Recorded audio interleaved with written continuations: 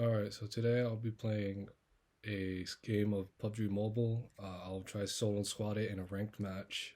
Basically, I'm playing as a solo player against teams of four. I'm gonna try my best to win the game and also try to beat my kill record. While doing that, I will be explaining The Psychology of Money, which is a book I read for microeconomics. So, um, we're gonna start off already, even before we load up into the match. So, the Psychology of Money was written by Morgan Housel, who's a former columnist and award-winning author in business and economic journalism. The Psychology of Money was published in 2020, and it aims to help people better understand how financial decisions are made, and using this understanding, help people make better decisions with their finances. So, financial decisions, of course, are made are based on several factors. This includes personal history, personal savings and income, and possibilities, among others. Possibilities meaning like random events. Understanding economic behavior or how people spend their money is important in understanding how financial decisions are made and how these same decisions affect a person's economic behavior. In essence, both economic behavior and financial decisions facilitate one another, where a change in one leads to change in the other. And with this, we also have to do some chapter reviews. So I decided to do a couple chapters.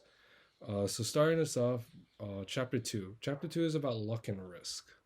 So the idea is that when we do and study things especially in history or in English or in any subject other than maybe math and science, or maybe not even science, maybe just math.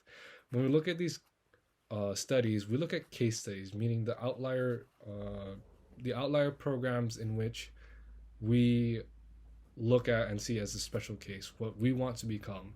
So when we do studies in economics, however, it's better to look not at the case studies and more on a broad pattern of how several different people who did these different things got to the point where they're at, which is of course wealthy and or rich. And of course, in this term, I agree because this is kind of like a duh thing. Because case studies, of course, make you feel bad, but at the same time, it's very important to understand that these case studies are special. And while you following their footsteps may lead you to success, it will not. It probably won't lead you to the same amount of success. Okay, so we just loaded up to the game. So a good example of this was in the book. They were looking at Warren Buffett. This is Warren Buffett is the greatest investor ever to have lived. He invested when he was very young, and now he's old, and he retired when he was like 30 something. So the next chapter that we're going to look at is Never Enough, chapter 3. So we have to understand with this that enough is never too little. Having enough means you have more more to survive on, but less than excess in in my terms. And it's important to understand this because when people think that they don't have enough, they lead to having a greedy lifestyle and wanting more, which of course we don't want that. We want to be able to have a humble lifestyle. Uh, and of course, while this may seem like conservatism, basically the idea of staying static as something, the understanding of knowing enough is the opposite. Being too greedy can drive you to the point of regret, right? That well, enough is well enough. And the idea that enough is not too little is very important. But enough does differ from person to person. And a good example of this is gambling. Knowing when to stop gambling and knowing when you've, earned or lost enough or wasted enough money is important. Okay, next up, chapter 7. Okay, so there's 97 people, and this is going to be kind of difficult. I'm playing an FPP match too. Ranked at gold in an FPP match too. Ranked at gold 4 right now. Oh, I got shooting. So the next chapter, chapter 7, is freedom. And of course, freedom is different for everyone in the United States. It's a certain idea. Um, but the idea is that there's a phrase out there, and the saying is, money can't buy you happiness. But that's not necessarily true. So while money can't buy you happiness per se, it can it can help you I had such terrible weapons. Sorry. So while not having enough money, while money is not able to buy you happiness, money can facilitate in having happiness. And the idea is that when they did a study way back then, they found that Americans were happy, right? But they weren't necessarily happy because of their income. They were happy because they had control of their life. And what led them to that happiness is they had money. So the idea is that money facilitates happiness because having money leads you to having control of your life, right? So a good example, the example that I have down here is that in the book, psychologists in America during the late 1900s found that Americans are much happier than they thought. The author Angus Campbell, I hope I'm saying that right. The author Angus Campbell notes in his 1981 book, The Sense of Well-Being, that the common denominator in this happiness was the sense of control over one's life. The idea that control of our lives leads to an increase in happiness and freedom is something that I completely agree with, because who doesn't want control of life? Having no control of your life is awful. Not that I know of it. The next up is chapter 8. So chapter 8 is called The Man in the Car Paradox. So this is a very interesting chapter because what it entails is that no one is more impressed with your possessions than you are. And of course, this is very true because while you may think that what you have is very cool, right? Like, for example, I've spent a lot of money, an embarrassing amount that I will not mention on camera, buying stuff in this game. But because of that, I have a bunch of cool things like this Tommy gun. We can see it right here. It has this cool skin on it. But that's because I spent money. But no one is more impressed with this skin on this gun than I am.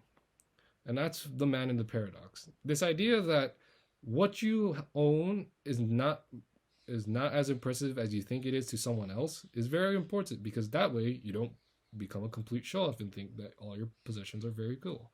Because in reality, no one thinks it's cooler than you are. No one thinks it's cooler than you think it is cool. I hope this is educational to you guys. So let's see here.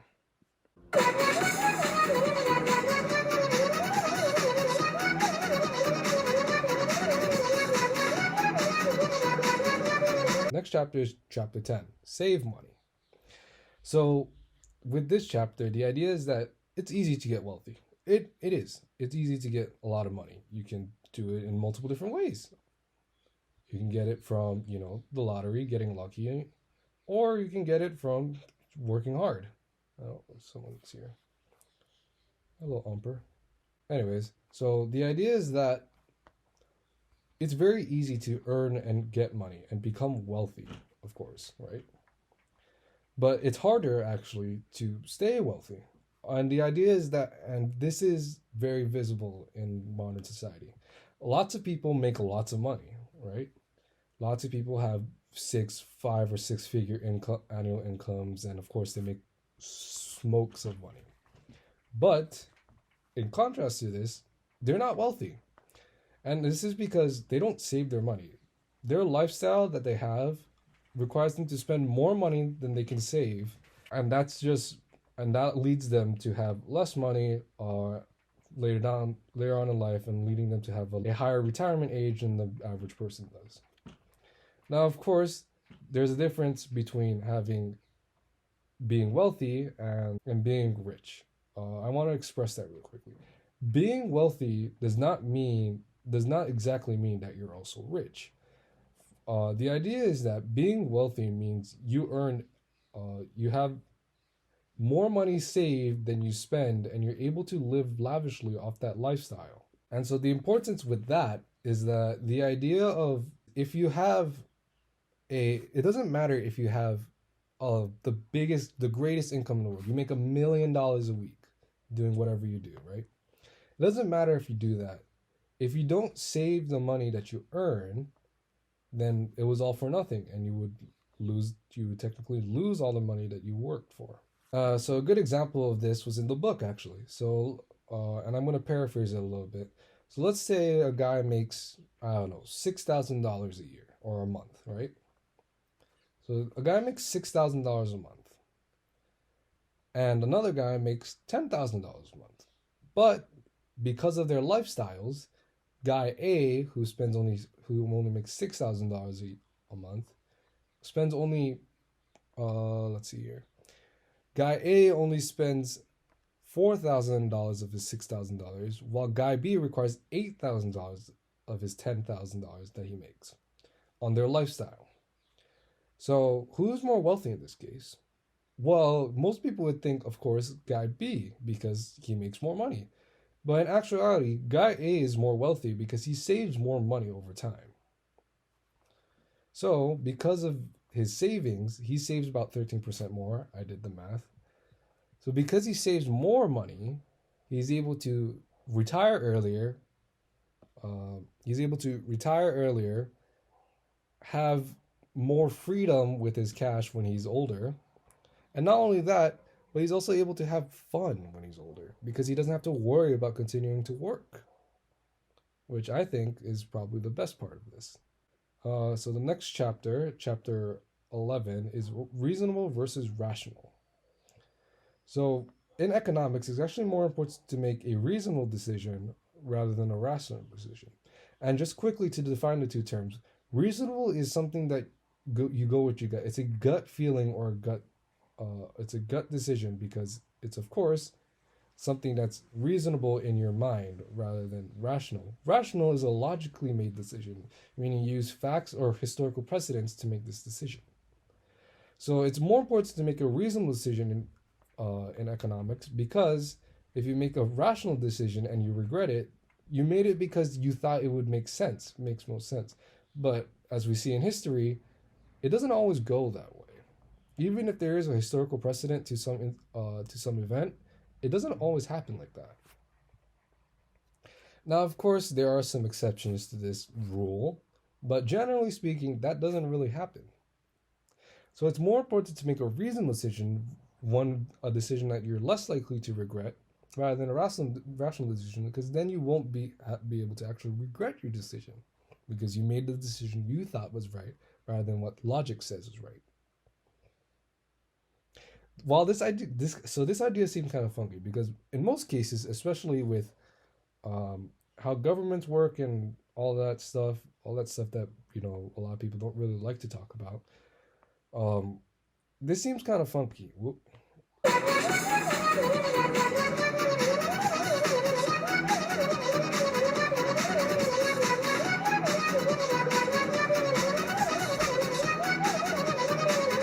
In terms of normal stuff in the world that's not finances, this seems kind of like a funky idea because with most things you would want to make a rational decision because of course it's logical. It's logic. It's based off facts. It's something, and with facts, because it's true, you'll know it'll actually happen. Whereas in this case, you want to make a rational decision because you'll regret it less. And this makes more sense because it's more of an emotional thing. Oh, there's fighting up over here. But this is something, but this idea is pretty convincing, so I agree with it. So as an example, right, say you're buying a new monitor for your PC or you're buying a new iPad, right? Let's say there's two options, one that costs more and has less options, but one that's cheaper and has more options. And by options, I mean these configurations for the actual computer. It's important that when you buy something like this, something that you'll own for a long time and you'll have to care for, it's important that you make a reasonable decision, something that you will regret less rather than the rational decision, because of course it makes more sense to you and you'll regret it less because it's something you actually like.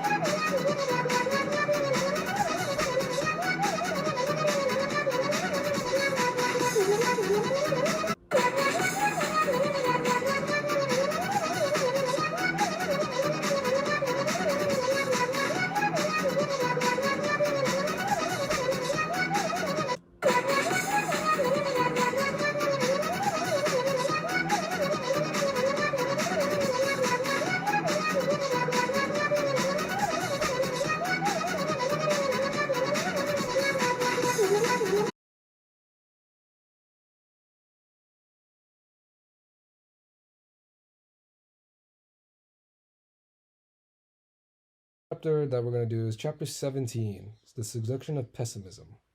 So the idea is that the idea is that being optimistic is good, of course. With anything in life, being optimistic is good. But in economics, being optimistic is not that good because people will, make you look like a fool because, of course, you're thinking too highly. And of course, the opposite of that is pessimism. But also being pessimistic is not good either because then you won't believe in anything. But pessimism is much more appealing to people than, of course, optimism is. And that's because pessimism more likely involves the safety of that person or people that that person cares for, and they will listen more if that safety is at jeopardy. So while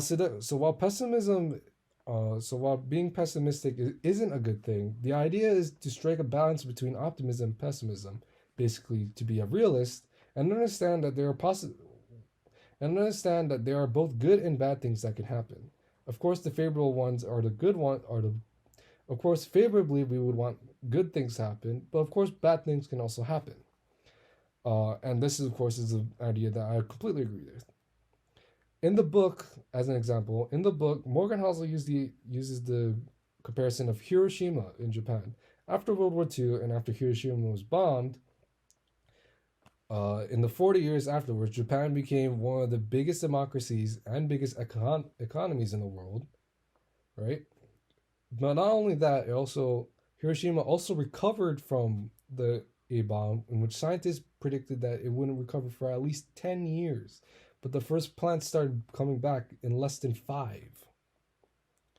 So if you had told someone this in Japan, that they would become a leading democracy and a leading economy in the world, they of course would have laughed you off because it didn't seem believable at the time. But if you told them that they would be bombed again and they would, suffer more loss, it would seem totally believable at the time because, of course, nothing seemed very good for Japan in that current state. So, as we finish this game off, The Psychology of Money by Morgan Housel aimed to inform people how financial decisions are made, about how financial decisions are made, and using examples in real life as well as theoretical situations to demonstrate how these concepts are applicable. Where is this last guy? This is important because financial decisions determine our lives. The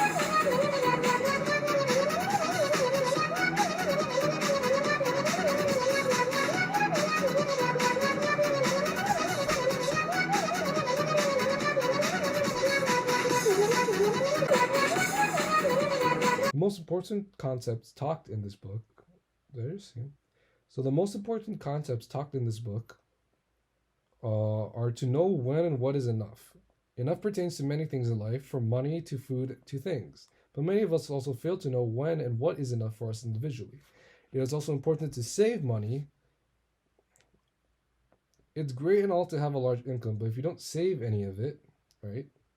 If you don't save any of it, you're less wealthy and more likely to continue working after the average retirement age than the person who does save their money.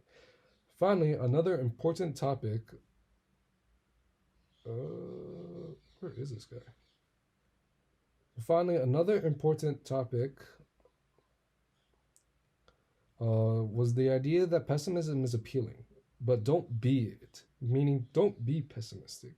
It's important to be realistic, not optimistic, when making financial decisions.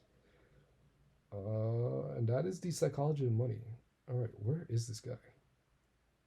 Let me kill you so I can finish this. Oh, there you are.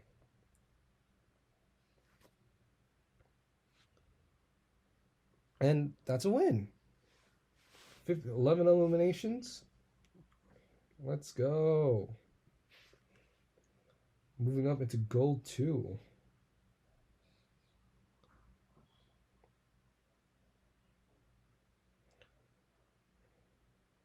Dominated.